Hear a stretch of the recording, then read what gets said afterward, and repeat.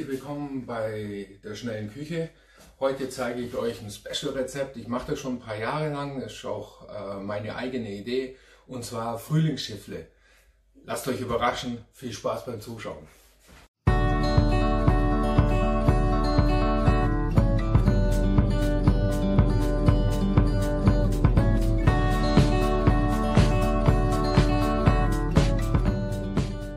Frühlingsschiffle brauchen wir zwei verschiedene Teige, und zwar brauchen wir einen Roggenmischteig und einen normalen Hefeteig. Also wir brauchen einen Brotteig und einen normalen Hefeteig. Für den Roggenmischteig dann nehmen wir 200 Gramm Roggen.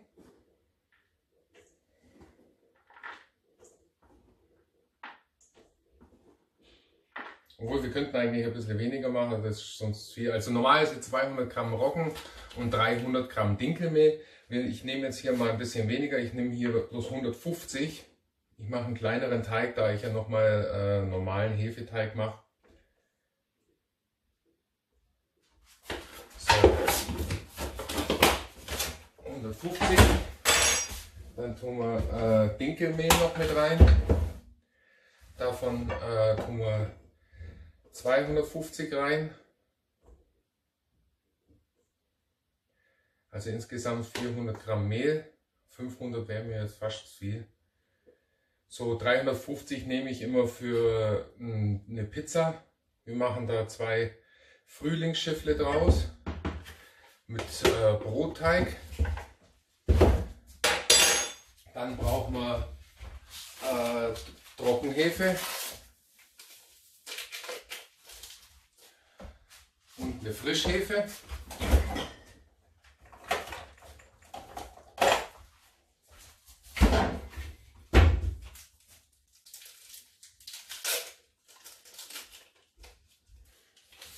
Könnt ihr ruhig den ganzen Würfel reintun. Dann muss ein bisschen Brotgewürz rein.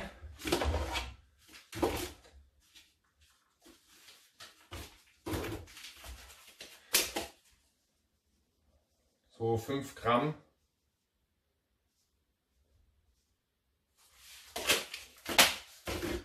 Und ein gebräuntes Backmalz. Das sieht dann so aus. Das ist dunkel. Da tut sie ja auch so 5 Gramm in etwa rein. Das tun die Bäcker gerne übrigens Vollkornbrot rein, aber anstatt ein normales Backmalz tut man halt ein gebräuntes rein. So, dann brauchen wir noch Salz. Da tun wir 10 Gramm rein. Ja, 8 Gramm. Das langt. So. Jo, passt.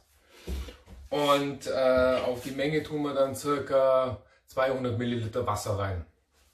Während der Teig knetet, ihr hört mich ganz gut noch, glaube ich, mache ich dabei noch den normale Hefeteig. Das Video dazu verlinke ich euch oben dran. Da könnt ihr dann gerne mal reinschauen, wie man normalen Hefeteig macht. Und ja, und dann bereite ich schon mal alles vor und dann sehen wir uns gleich wieder. Ja? So ihr Lieben, jetzt habe ich die Teige fertig, ihr seht es. Ich habe hier jetzt Creme Fraiche. Da tun wir ein bisschen Zitrone rein und einen bunten Pfeffer und ein bisschen weißen Pfeffer.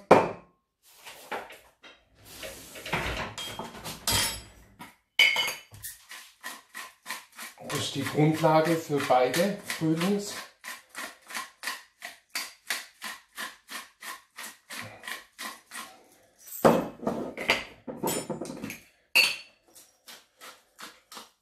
Schiffchen. So, dann tun wir dann noch ein bisschen Olivenöl nach.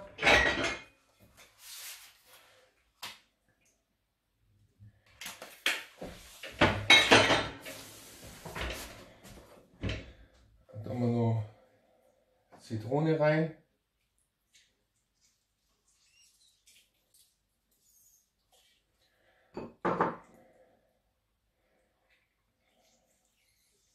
Eine halbe Zitrone reicht.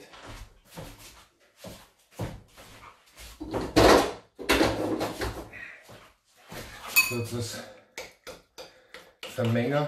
Ihr könnt es auch mit dem Stabmixer aufschlagen. Ich wollte jetzt auch schon zuerst in so einen kleinen Häcksler, aber das geht so genauso, also es ist nicht zwingend notwendig. Salz braucht ihr da jetzt keins mehr hin tun. Wir tun das Hackfleisch würzen und dann habe ich hier noch gewürfelten Bauchspeck, geräucherten, und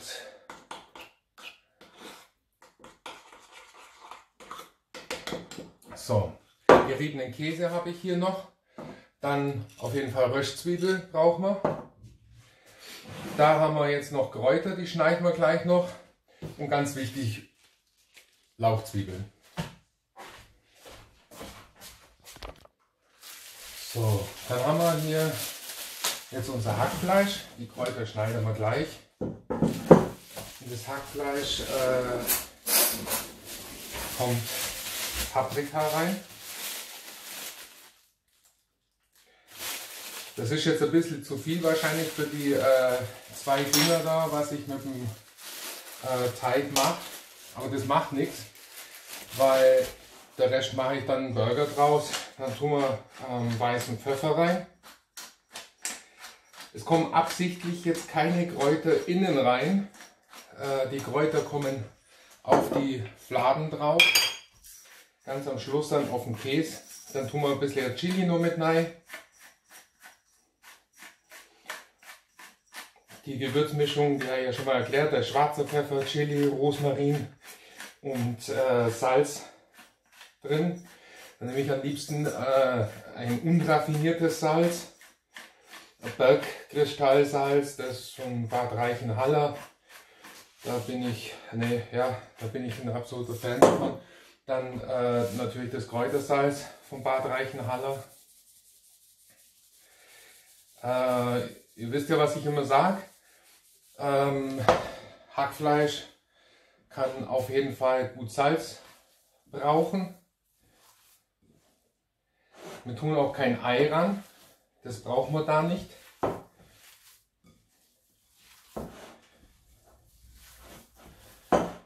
Die Würze auf jeden Fall gut mengen.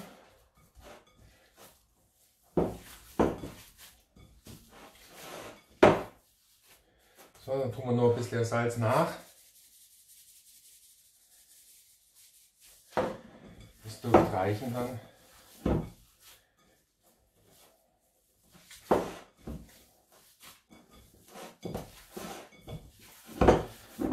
So, schön durchmischen, so dass ihr nichts mehr seht, ob vom Paprika oder vom Salz oder vom Chili und Pfeffer.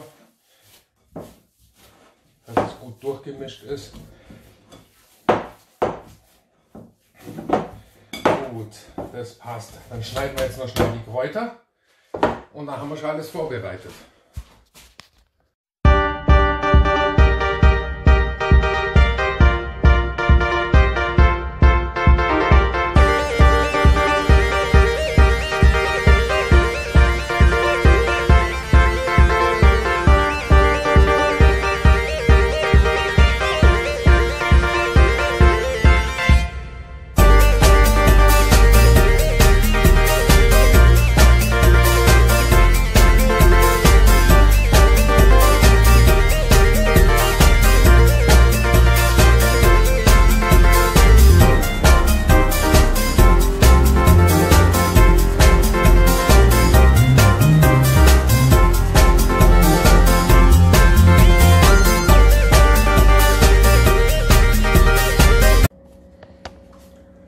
So, jetzt haben wir es fast soweit. Haben wir jetzt alles vorbereitet. Ich habe noch ein bisschen Safranfäden auf die Lauchzwiebeln drauf. Dann werden wir den Roggenteig vorbereiten. Da fehlt mir die Sicherung. Es ist anscheinend beim Umzug die Sicherung verschwunden. Aber es hilft nichts, wenn wir erst ein neues besorgen. Wenn es ein bisschen anklebt, ist kein Problem, einfach ein bisschen Mehl drunter tun.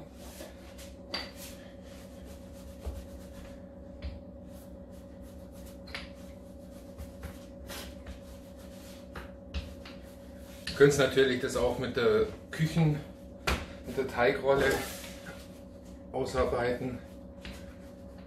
Geht auch. Aber für solche Arbeiten nehme ich am liebsten die kleine. Da kann ich dann präziser hinarbeiten auf die Form, die ich haben möchte. Das ist genauso beim Mürbteig.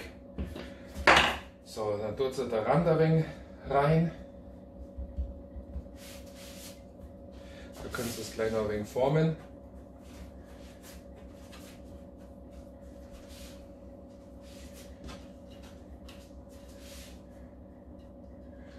Gut.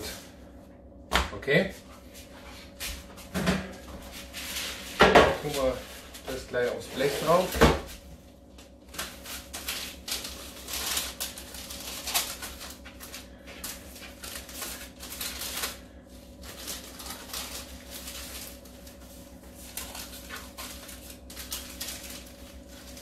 Ist jetzt lang worden, aber das geht.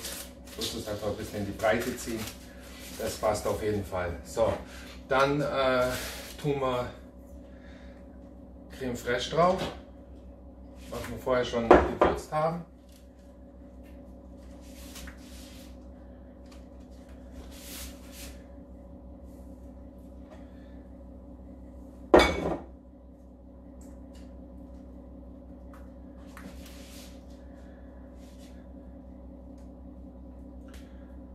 So.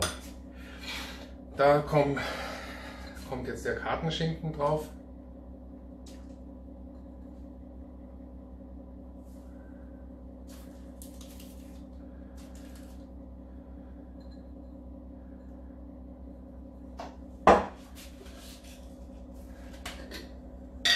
Und Röstzwiebel.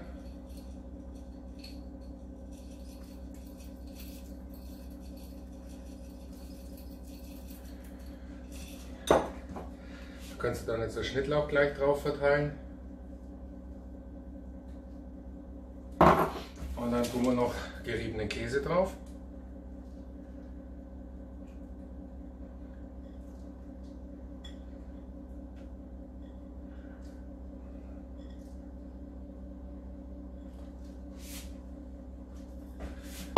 Gut.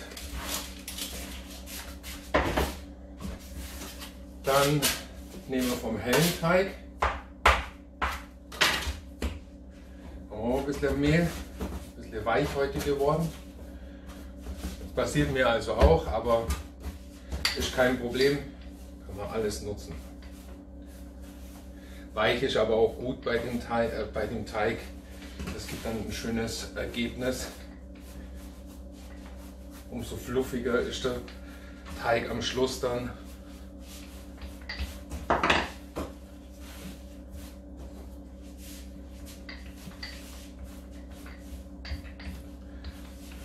So.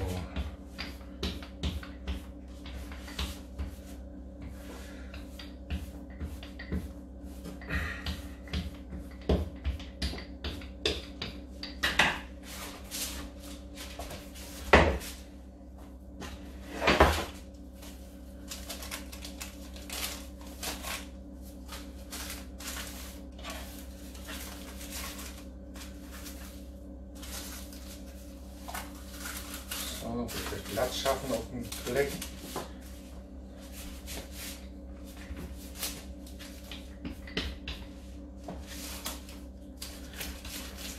Sollte eigentlich ein Schiffchen werden, aber denkt es euch einfach. So, ihr könnt es eigentlich auch dann immer nur ein bisschen formen, dass ihr die Schiffchenform dann habt. Normalerweise funktioniert das ganz gut. Also wenn der Teig nicht ganz so klebrig ist, dann funktioniert das noch ein bisschen besser.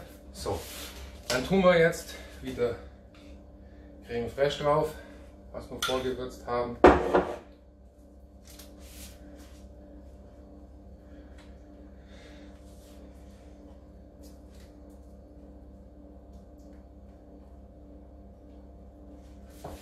Gut, und da kommt jetzt das Hackfleisch drauf.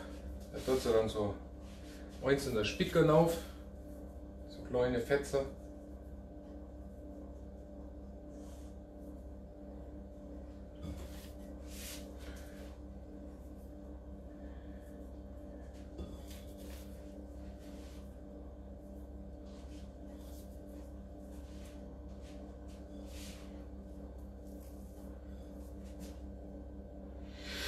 Gut. Da tun wir dann jetzt noch ein bisschen Pfeffer drauf.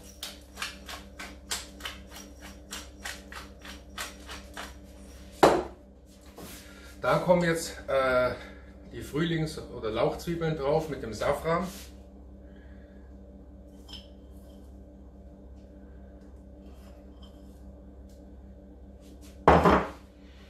Und dann noch geriebener Käse.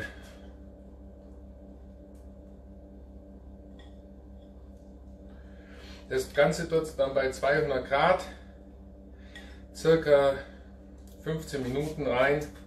Dann ist das 15 bis 20 Minuten. Jetzt müsst ihr schauen, wie der Bräunungsgrad ist. Dann ist das fertig. Alles klar. Jetzt mache ich die anderen zwei noch und dann sehen wir uns, wenn es fertig ist.